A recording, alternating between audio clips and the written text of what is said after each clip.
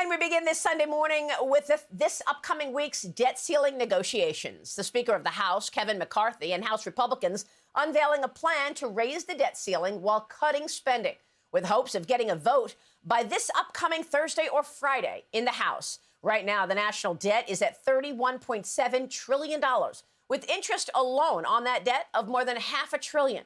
Under this proposal from House Republicans, the national debt ceiling would be raised by $1.5 trillion, while spending levels would be rolled back to 2022 levels.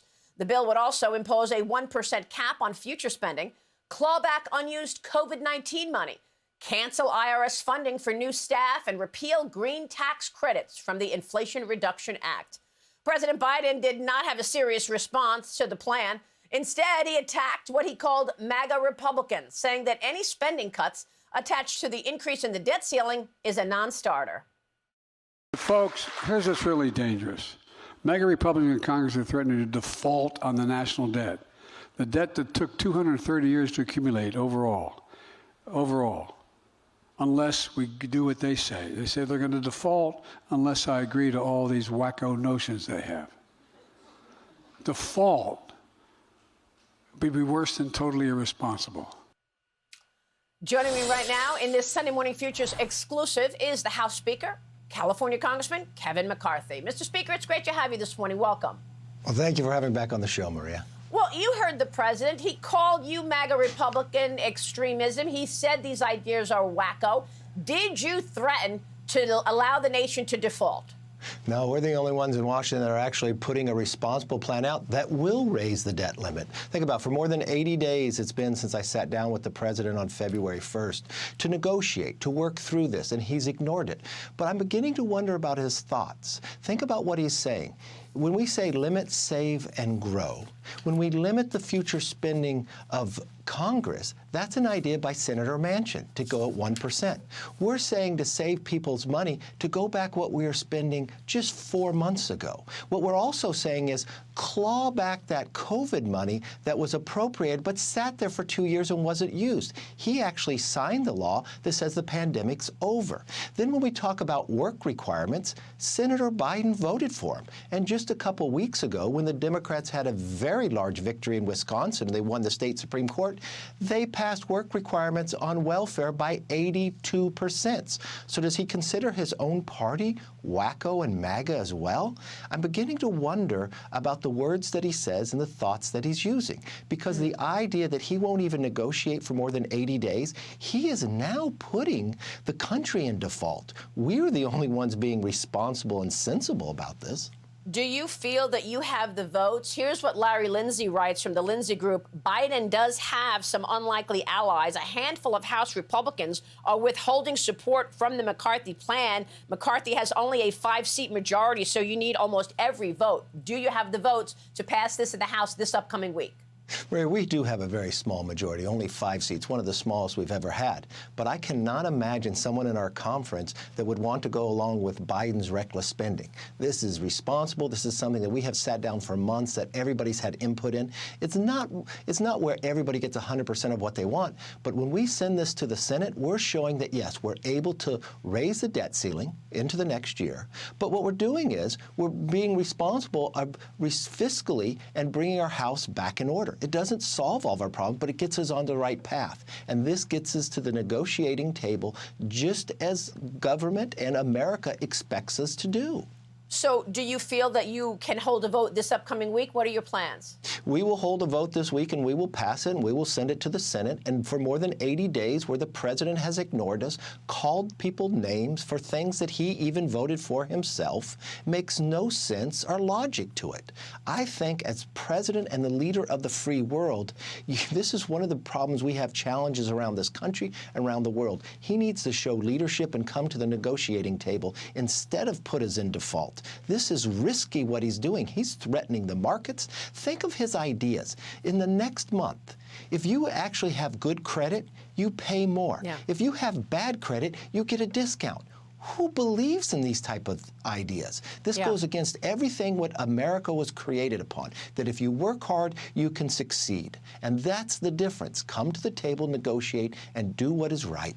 Yeah, you mentioned that housing proposal. Isn't that the way we got into the worst housing crisis that anyone has ever seen back in 2007?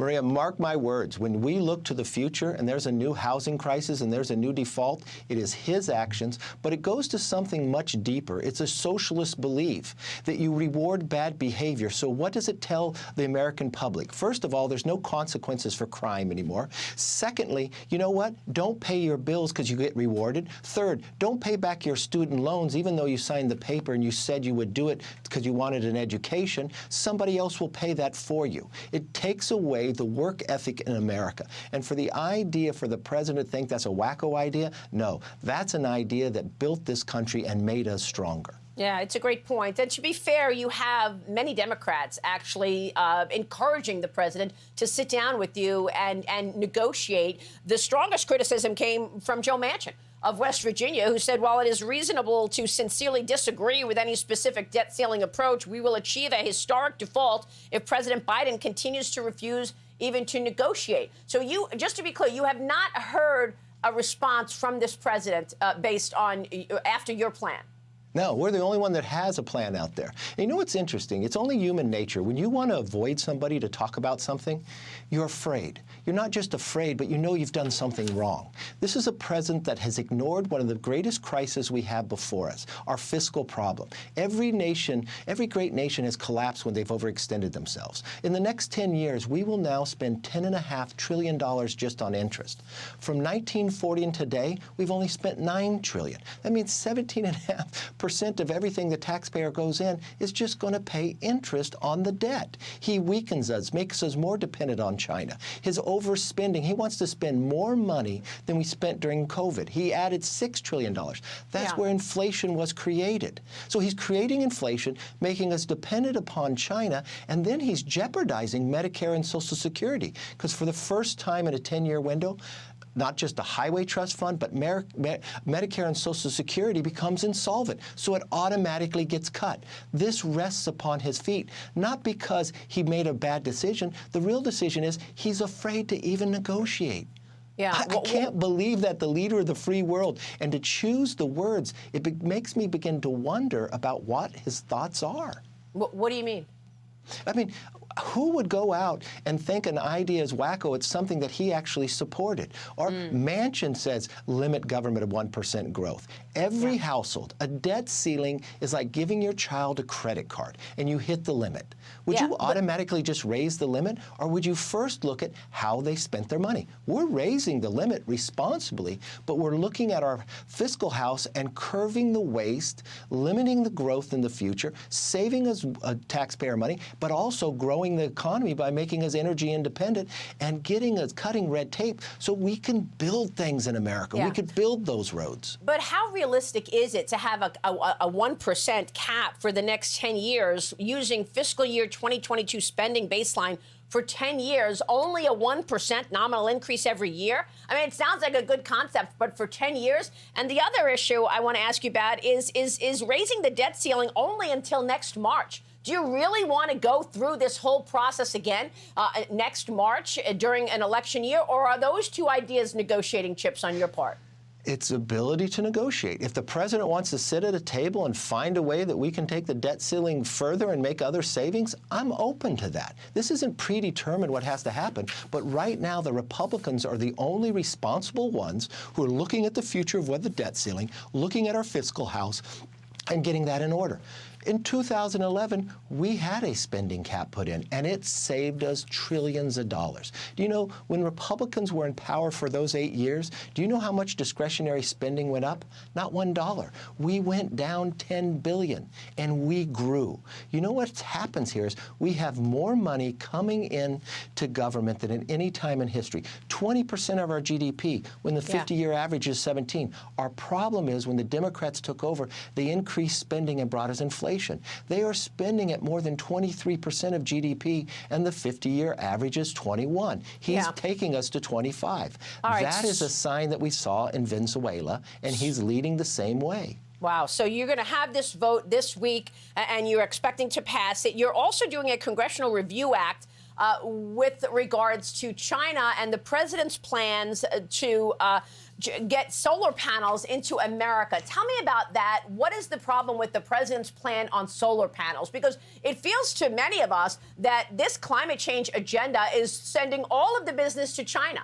Batteries, solar plants, they're all made in China. So we've become more reliant on communist China. Maria, you understand this China debate better than anyone. When we took the majority, we created a select committee on China because I'm very concerned about our future.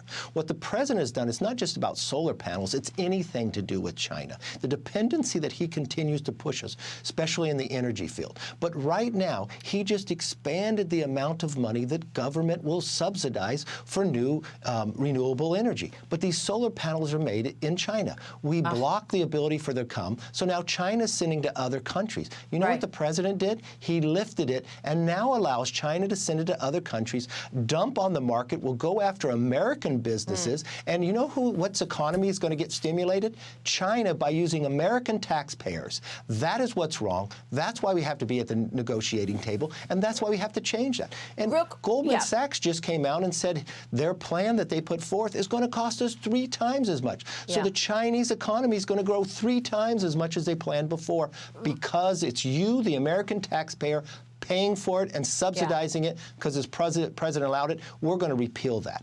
Real quick on Russia and China and their influence over Africa. We are reporting all morning this morning about Sudan and the violence there. Your thoughts and what should the U.S. do? The embassy staff has been evacuated from war-torn Sudan. First, I've got to thank the military for their work to get the people out safely. But this is a chaotic area and has been. But it goes to a much broader question. We have fewer allies today than when the president took office. Saudi Arabia no longer looks at America to be number one. We've got something in the world that we haven't had since the 1930s, an axis of power of China, North Korea, Russia, and Iran. We've now got our own allies. The only country this President Biden has had a state dinner for was France Macron, who recently came back from China saying they need to become less dependent upon America. We've got China going after the U.S. dollar, using our own allies to saying they'll start trading in yuans as well. That stems from a weak leadership in our White House. He says nothing. He allows a balloon to come over. He has weak policies that brings us inflation. And then he ignores the ability to even sit down and negotiate.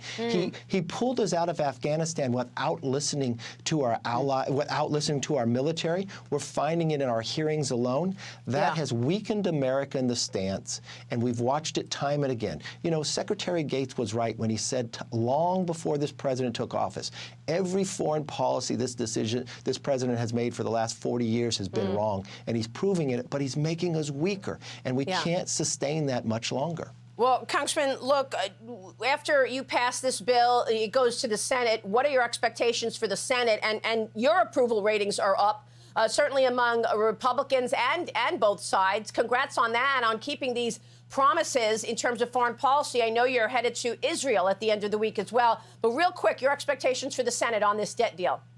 Well, the Senate has to do something because under Senator Schumer, the only things I've watched him do is name March the main maple syrup and thank UConn for winning a basketball tournament. They haven't proposed anything. They don't even have their senators showing up for work. I mean, the Senate has done nothing. So you'll see the House Republicans are the only ones who are being responsible. We sat together. We asked to meet with the president starting February 1st. He ignored us. We will take action to make us fiscally stronger, less dependent on China, curve the inflation the Democrats brought, but also put us on a path where we'll grow this economy even stronger, make us energy independent, be able to cut the red tape so we can build things in America again. All right. We will leave it there and continue to watch your work on all of this. Speaker McCarthy, thank you.